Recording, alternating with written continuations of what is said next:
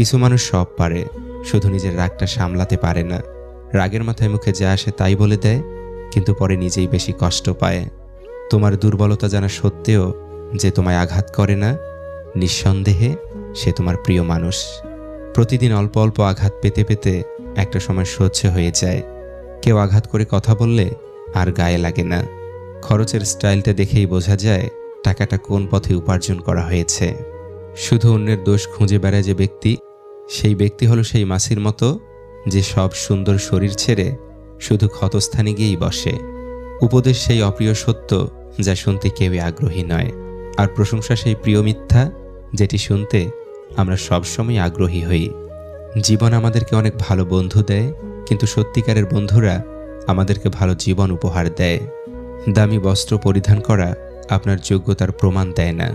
একে অপরের প্রতি সম্মান আর শ্রদ্ধা না থাকলে তাকে ভালো